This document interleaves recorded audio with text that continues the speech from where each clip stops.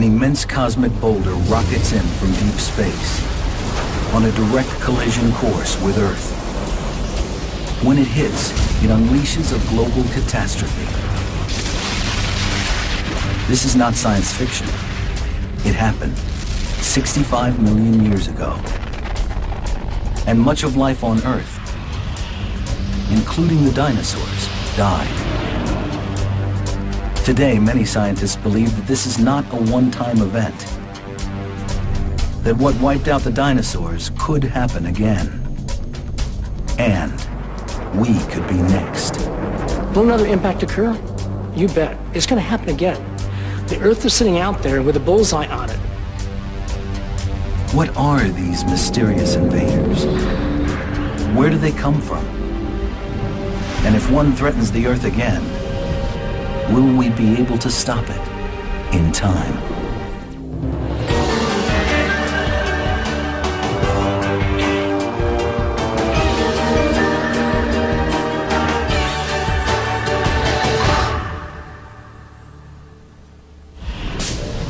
We think of comets as some of the heaven's more spectacular pieces of eye candy, and most are benign, orbiting harmlessly around the sun.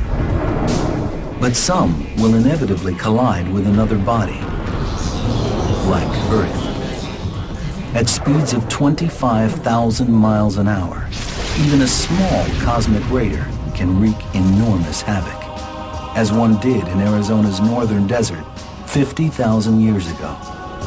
It began as a brilliant glow in the northern sky. It was over in an instant. The huge rock, about 65 feet wide, left a crater almost a mile across and 750 feet deep. In cosmic terms, this was a relatively small collision. If the same boulder struck today, just 35 miles west, it would destroy the town of Flagstaff, Arizona, and its population of 56,000 people. An even larger collision with an object a mile or more in diameter could cause devastation on a global scale. An impact by a comet will kill so many people and can produce such long-term changes in the environment that it can be a complete catastrophe for all of humanity. Scientists now believe a single blast from space helped wipe out the dinosaurs 65 million years ago. A comet or asteroid about 6 miles across slammed into Mexico's Yucatan Peninsula. It dug a crater nearly 50 miles wide and 20 miles deep in less than a second, and unleashed an explosion more powerful than all the world's nuclear weapons combined. The force of the shockwaves triggered earthquakes worldwide and sent tsunamis surging across the oceans. A mammoth dirt cloud erupted miles into the sky, engulfing the globe and blocking out the sun for years. The dinosaurs slowly perished, and they were not alone. More than half of the Earth's species were also wiped out. In our solar system, there are two kinds of cosmic bullets capable of devastation on a planetary scale: asteroids and comets. Asteroids are essentially tiny planets, dense boulders of rock and metal left over from the formation of our solar system 4.6 billion years ago. Most are bunched between Mars and Jupiter in an orbit called the asteroid belt. Comets, on the other hand, are far more mysterious. Though also formed at the birth of our solar system, they are made up of rock and ice. Many, like Comet Halley, orbit the sun in predictable paths on predictable schedules. But there are countless others we know nothing about. They come hurtling out of the ether at unimaginable speeds, of up to 100,000 miles per hour. For scientists peering into space, they appear as lumps of charcoal on a black canvas, invisible until they are practically upon us. Only near the sun do comets become easier to detect. These icy bodies shed gas and dust as the sun warms them. When light hits the debris, they blaze into view and can be seen for millions of miles. But by that time, if one is headed for us, it may be too late to do anything to stop it. To date, more than 1,000 comets have been identified.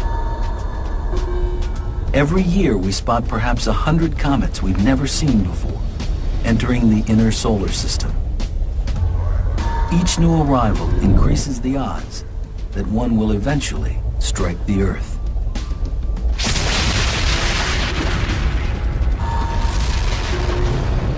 The Earth is in a cosmic shooting gallery.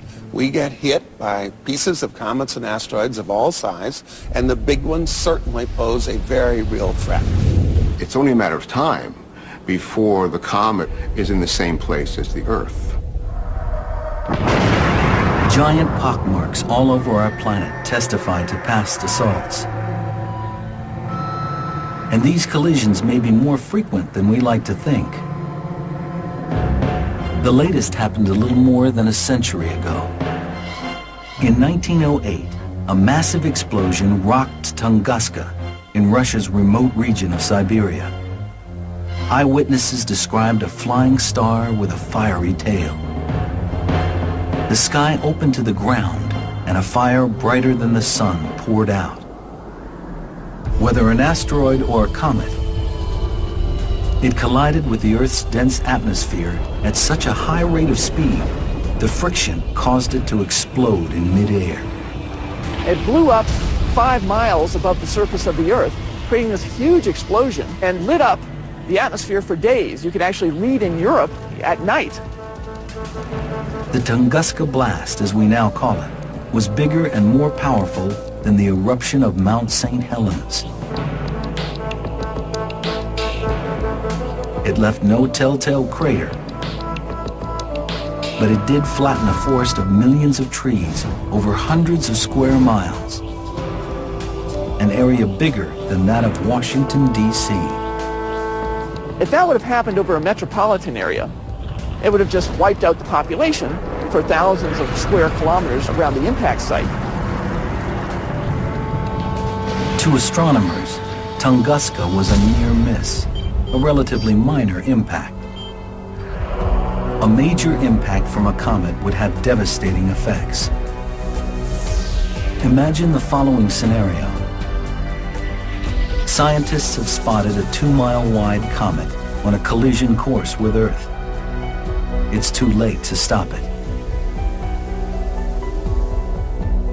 The first thing you'll know is when the sky lights up and the ground shakes. Brilliant meteors streak across the sky as the giant comet's debris strikes the Earth's atmosphere. Forests catch fire, ignited by the superheated air. When the comet hits, the blast kicks up millions of tons of fiery rock and dirt. The airborne debris blankets the planet and blocks out the sun. Day turns to permanent night, bringing freezing temperatures and year-round winter. It takes more than a year for the dust to settle and sunlight to filter through the clouds. When it does, the Earth starts to warm quickly.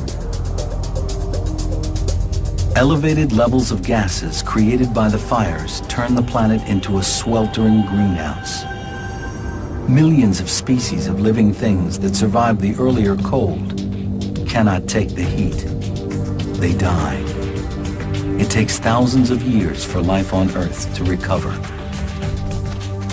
How great are the odds a comet will strike the Earth? Will another impact occur? You bet. It's going to happen again. The Earth is sitting out there with a bullseye on it. The chances of a major impact in our lifetimes may be slim, perhaps on the order of 1 in 100,000. But astronomers the world over are working fervently to understand these strangers in our midst, struggling to learn what comets are and where they come from. Mankind's ultimate survival may depend on our ability to stop one before it strikes.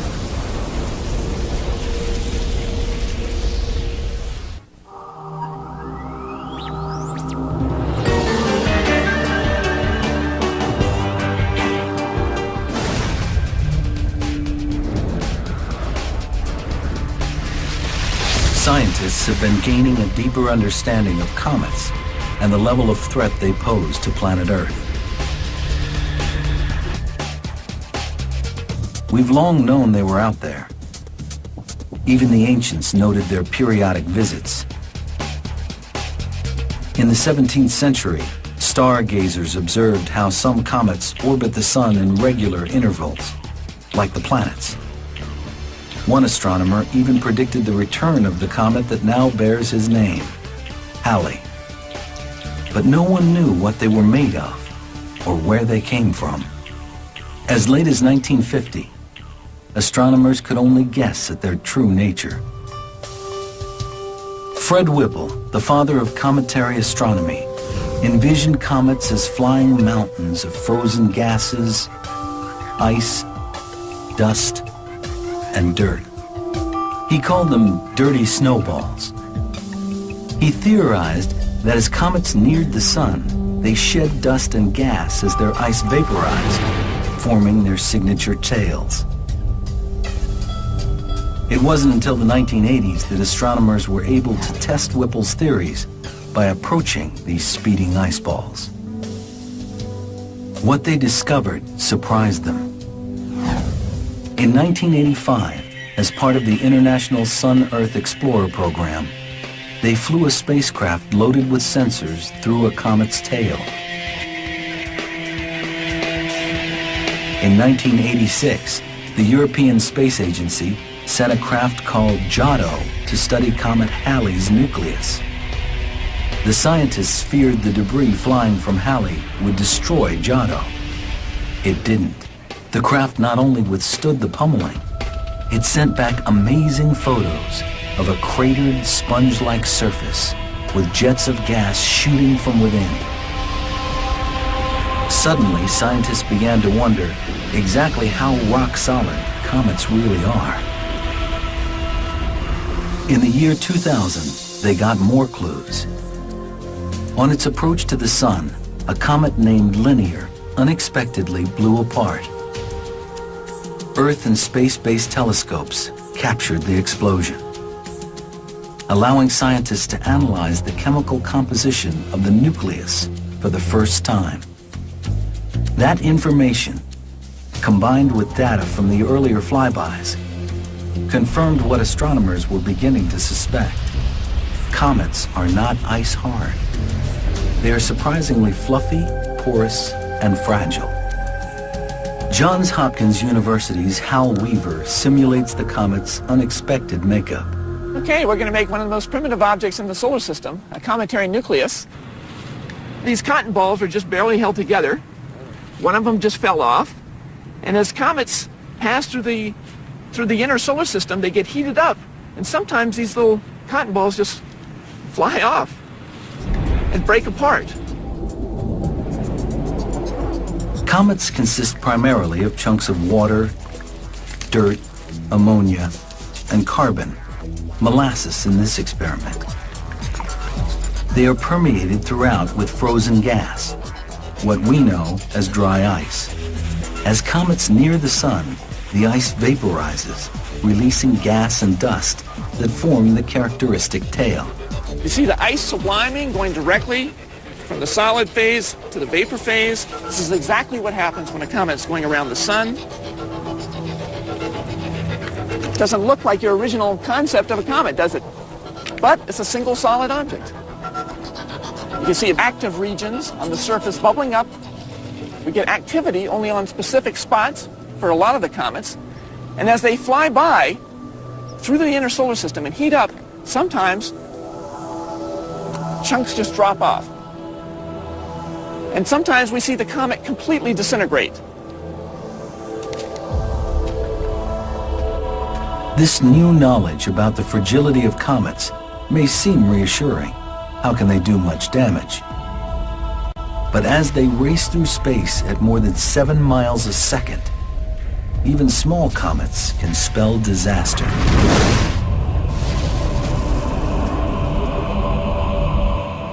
Donald Yeomans studies comets for NASA's Jet Propulsion Laboratory.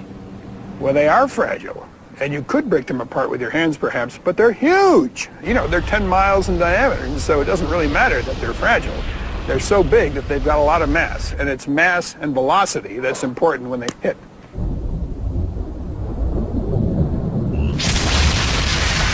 We can't stop a comet heading toward Earth if we can't see it.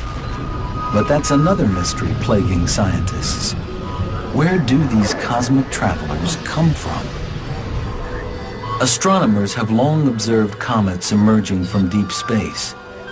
To know exactly where they've been, they would need to get their hands on actual comet dust, a record of a comet's birth and its travels.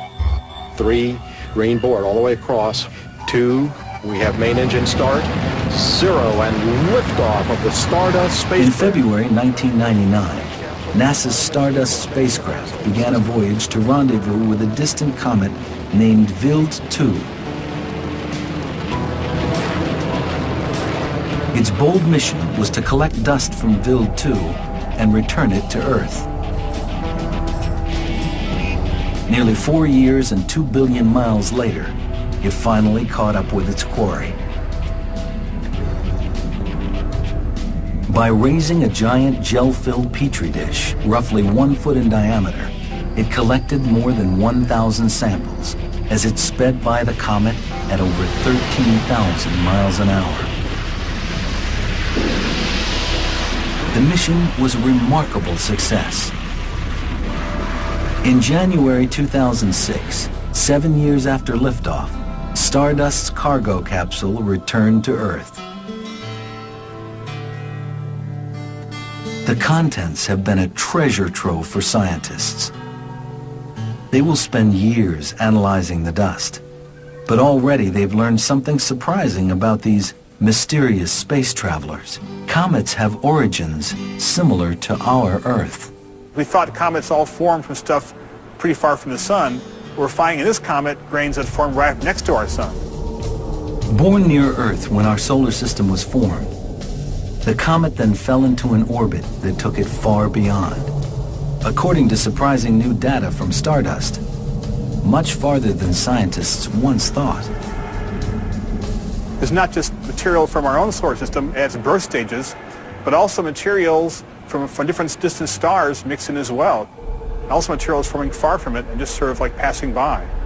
It's a real grab bag of things in our galaxy.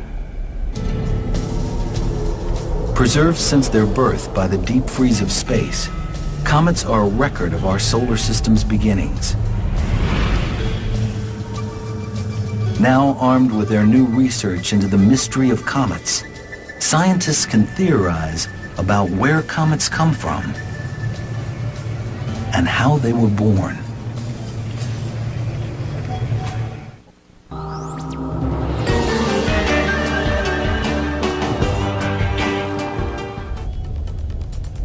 The story of the comet's origins begins 4.6 billion years ago.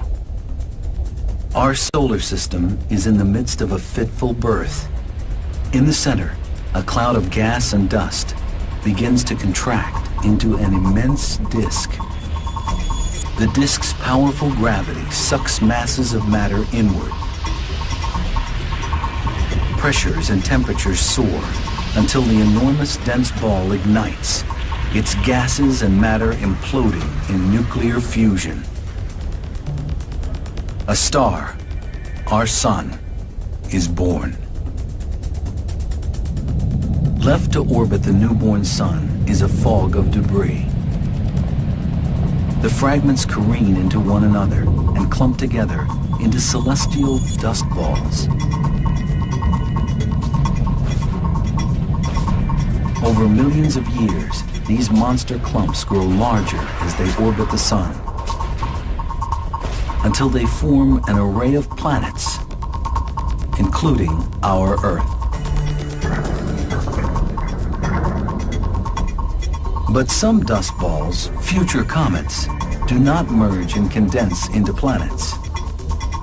A billion or more slowly gravitate to an orbit between Neptune and Pluto, a region called the Kuiper Belt. Trillions of others are exiled partway to the next star, to a nebulous realm called the Oort cloud, hurled outward by the gravitational fields of large planets like Jupiter. They have elliptical orbits that vary greatly. You've got the Kuiper Belt region of comets, and they're mostly compressed into a plate-like distribution. But in the Oort cloud, which is 1,000 times further out, they're in a veritable cloud. So you've got objects in this kind of an orbit, this kind of an orbit, that kind of an orbit. They're coming in from the outermost edge of the solar system. Amazingly, astronomers did not confirm the Kuiper Belt's existence until 1992, even though it is part of our solar system. Today, they believe the Kuiper Belt is the outer range of comets with the most stable orbits, those that enter the inner solar system every 3 to 200 years. The best known of these, Halley, returns every 76. But it is the second region, the Oort cloud, 2 light years away, that troubles scientists most. Scientists believe an occasional disruption, like a change in a star's gravitational field, will eject a comet from this cloud. It can then fall under the gravitational pull of our own sun and start a journey toward our inner solar system, taking thousands of years. Scientists have no way to predict when these comets will appear, and they can come from any direction. One may already be on a collision course with Earth. In 1997, the world awakes to a comet secretly entering our solar system. 2 amateur astronomers spot an unknown intruder near Jupiter, more brilliant than any they've seen before. Dubbed Hale-Bopp after its discoverers, it was a visitor from the Oort cloud, on its first journey around the sun in almost 5,000 years. As it warmed and its frozen innards vaporized, Hale-Bopp grew dazzlingly bright. Its thick tail reflected the sun's rays in all directions. The comets we most often see are little more than asteroids. Their gas and loose dust burned off in their frequent jogs around the sun. But comets like Hale-Bopp, just out of the Oort cloud's deep freeze, have plenty of ice and dust to shed. They've got water ice, they've got carbon dioxide ice, dry ice, they've got carbon monoxide ice, and all of these ices are much more volatile than water. So when they get in the inner solar system, they go nuts. Fortunately, we could marvel without fear at Hale-Bopp's glorious moment in the sun. It sailed by unobstructed, 122 million miles from Earth, just a bit farther away than our sun. But what if it had been on a collision course with our planet? When detected, Hale-Bopp was less than 2 years' journey from Earth. Perhaps not enough time for us to stop it. If we could track comets in advance and plot their orbits, we'd likely have many years of warning if the orbits veered toward us.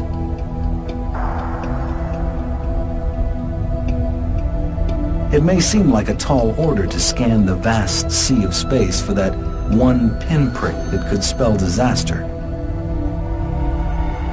But that's exactly what astronomers are doing. In 1992, the U.S. government launched an aggressive program to analyze the threat comets and asteroids pose to Earth. It's called the Space Guard Survey. Today, scientists all over the world are involved in the painstaking process. They point their telescopes at a single region of the sky and take periodic snapshots.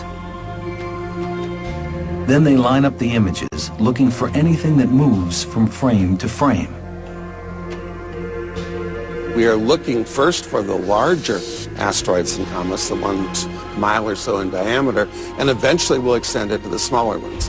Scientists estimate our solar system has about 1,100 comets and asteroids that are half a mile in diameter. So far, searchers have identified over 700 of them. And those are just the giants that could do apocalyptic damage. We may never be able to locate every threat. There could be millions of comets and asteroids that measure 300 feet or so, the length of a sports field. That's more than 3 times the size of the rock that slammed into Arizona 50,000 years ago. Still, telescopes are a first line of defense against what could be a major disaster for our planet.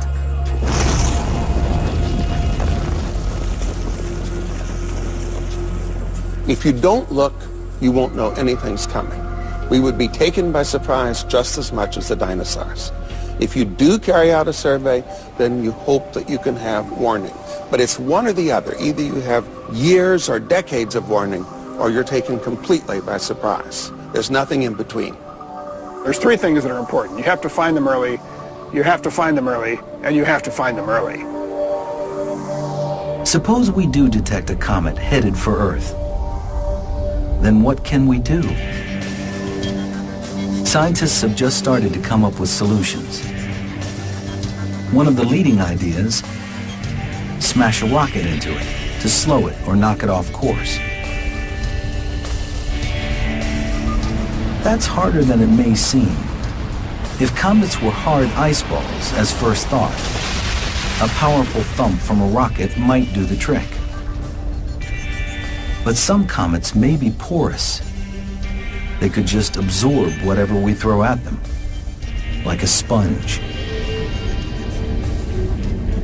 In 2005, scientists were ready to test their theories about how a comet would react when it was hit. They were going to try to crash a rocket into one.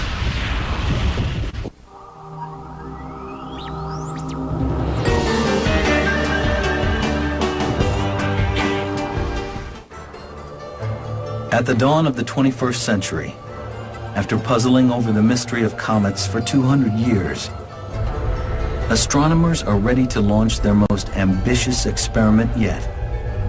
They call it Deep Impact. They are going to see what happens when a spacecraft slams violently into a comet at 23,000 miles an hour. Deep Impact's primary goal is to peer inside a comet. That inner material has remained relatively unchanged since the solar system was formed and could provide clues about the solar system's beginnings. But astronomers also hope to gather ideas about how to stop a comet heading toward us. Deep Impact began here at NASA's Vertical Gun Range in Mountain View, California, where it was the job of Dr. Pete Schultz and his team to figure out what the comet would do when it was hit. This particular instrument allows us to fire a small sphere, about a 1/4 inch, at speeds that are maybe 6 or 7 times the speed of a rifle bullet.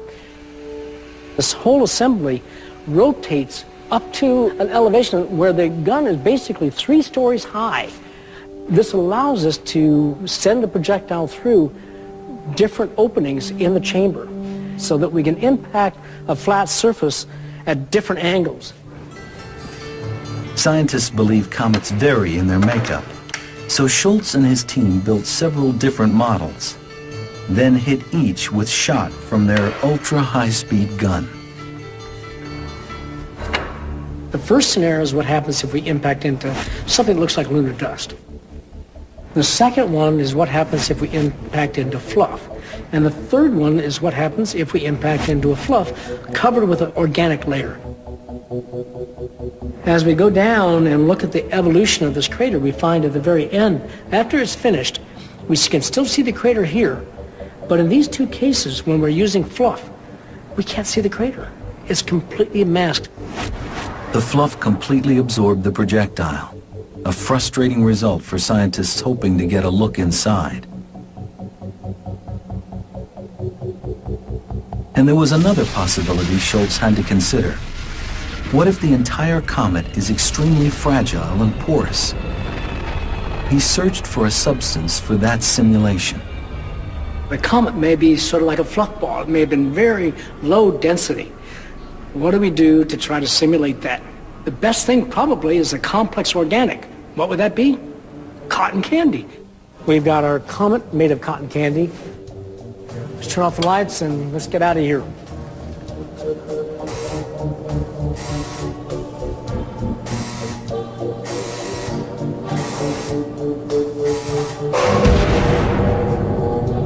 The projectile soars right through the comet, Can you back her up? but the force shatters it. Oh my God! There's no more comet, that's for sure. What a mess. But this is not good news. A shattered comet can be even more dangerous than an intact one. The pieces tend to remain on the same path, turning one projectile into many. In 2005, once the team completes their tests, NASA is ready to take the plunge. It will try to drive an 820-pound impactor into a comet to find out what's inside. Deep Impact's principal investigator is the University of Maryland's Dr. Michael Ahern. So here we have the model of both Deep Impact spacecraft. Many people think it was only one spacecraft, but it's really two.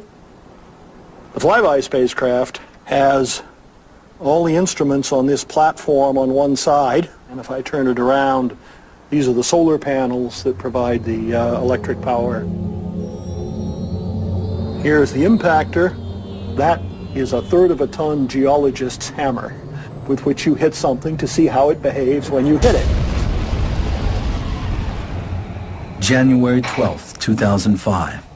After 6 years of study and preparation, Deep Impact is ready for liftoff. 3, 2, 1. We have ignition and liftoff of a Delta II rocket carrying Deep Impact. The spacecraft's destination is a 4-mile-wide comet named Tempel 1. Discovered in 1867, it's well known to astronomers. It orbits the Sun every 5.5 years and has lost much of its gas and ice. People would argue that you should preserve the comets for posterity, but doing a violent study on one that is just typical of a whole class seemed to us to be the right choice for science. Deep Impact takes just 5 months to reach Tempel 1's orbit. On July 2nd, 2005, it turns and points its cameras at the comet, 500,000 miles away. Then it releases its impactor. If all goes well, the collision will blow a hole in Tempel 1 about 600 feet across and 5 stories deep, about the size of the Roman Colosseum. But it might destroy the comet by breaking it apart. Back on Earth, hundreds of scientists hold their breath. We lost signal and we had to stand there and wait around. So everybody was trying to be, go keep busy and not feel anxious. But just in time, the signal returns.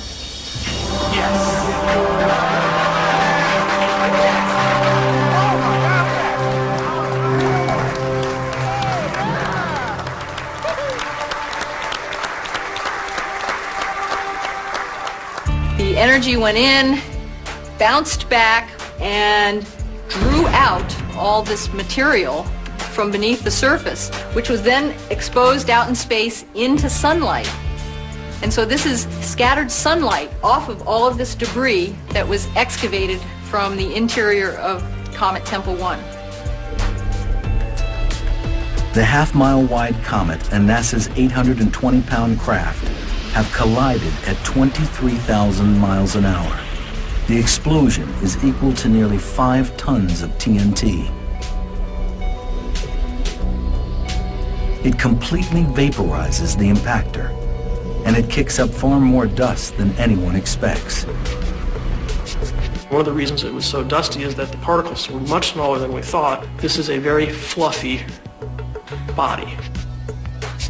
The amount of dust is a telltale clue to the comet's makeup. Tempel 1, at least on the surface, contains far less ice than scientists expected. There was no way that there were large blocks of ice anywhere or rock. And that really is helping us formulate how did these comets get put together? How did they break up? This is the first data we've ever had. So in that sense, it's revolutionary. Analysis of the dust showed molecules containing carbon, organic material. So it's plausible that comets could have brought such material to Earth early in its history. A return mission is planned to take another look.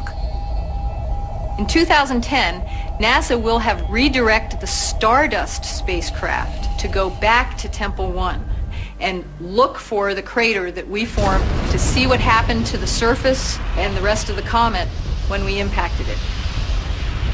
Scientists hope to learn something else from deep impact. Clues about how to stop a comet from colliding with Earth. Some thought deep impact might knock Tempel 1 into a slightly different orbit. But the comet has continued on exactly the same path as before.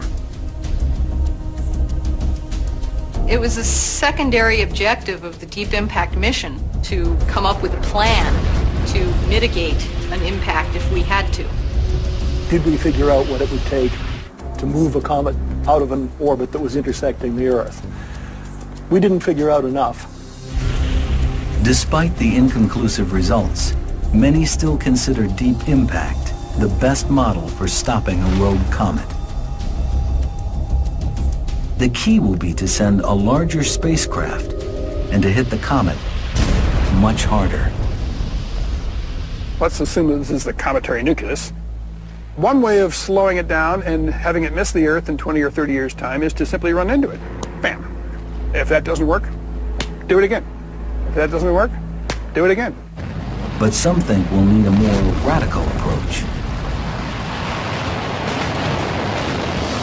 One plan calls for detonating a nuclear warhead near a comet to nudge it onto a different path. Controversial proposal because of the unknown consequences of releasing radiation in space. Others have called for drilling into the nucleus and setting off a blast inside. But as we've seen, this has the danger of turning one deadly projectile into many. The pieces could continue on the same orbit, and like the blast from a shotgun, wreak destruction over a wider area. Some have proposed less violent yet equally intriguing solutions. They suggest putting lasers on the moon, where the Earth's atmosphere would not deflect them. The lasers could bore into a comet and melt its icy glue. We might even hitch a spacecraft to a comet and tow it out of our way.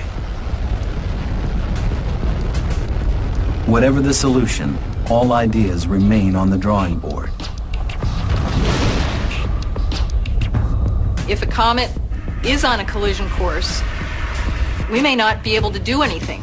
Even if we could tell tomorrow that something is headed our way, we don't necessarily have the means right now to protect ourselves. For one day, we might look to the heavens and find the comet with our number on it, headed our way.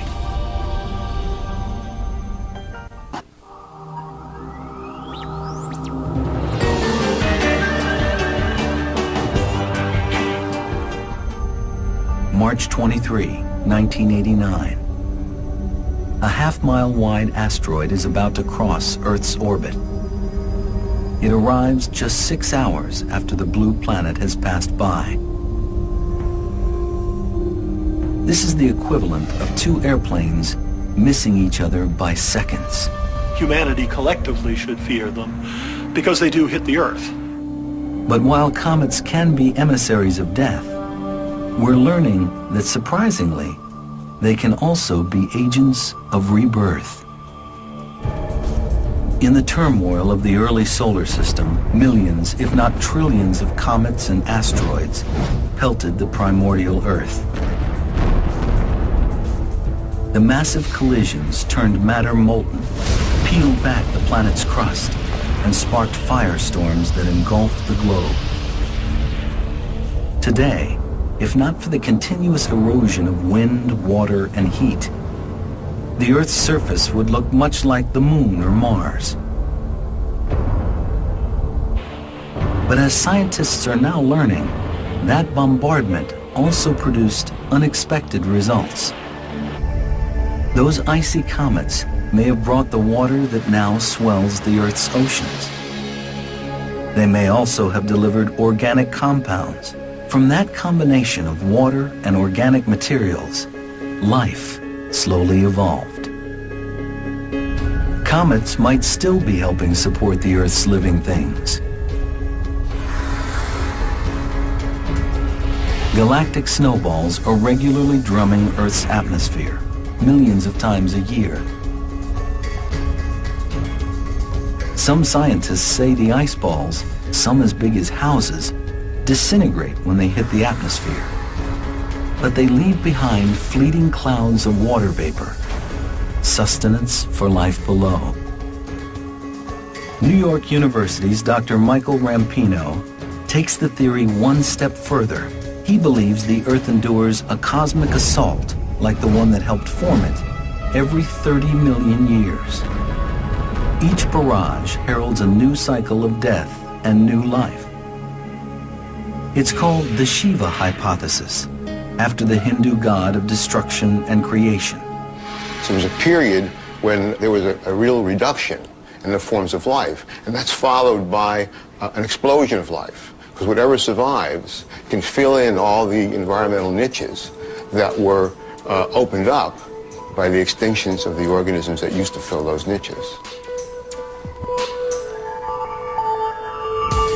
According to the Shiva hypothesis, the cycle will begin again in about 25 million years, when another barrage from above will cause a global catastrophe and mass extinctions. It's a controversial idea. Most scientists don't see solid evidence of periodic, not to mention predictable, bombardments. And no one has been able to explain why such periodic impacts would occur. Now, there has been suggestions that these impacts are periodic on the order of 30 million years or so. The evidence is weak.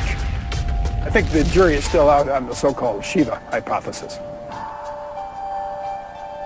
One thing is clear.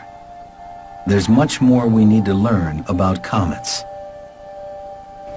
One experiment that hopes to add new information about their life-giving properties is already underway. A brainchild of the European Space Agency, the Rosetta mission will land a spacecraft on a comet for the first time. We want to see what is actually in the nucleus and on the nucleus, and the only way you can study that is to put a lander down. Rosetta left Earth in 2004. In 2014, it will rendezvous with comet Churyumov-Gerasimenko. As it follows the comet toward the sun, it will send a mini laboratory to its surface. The lander will drill into the nucleus and extract samples. Then it will analyze them. We didn't bring the sample back to the Earth, to the laboratory. We bring the laboratory to the comet and study it there. Rosetta will be a big step toward learning whether comets could have jump-started life on Earth billions of years ago.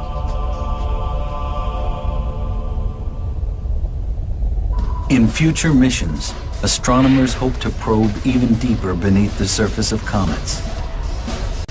The goal remains to increase our understanding of their makeup and their origins, as well as to strengthen our knowledge of how to stop one.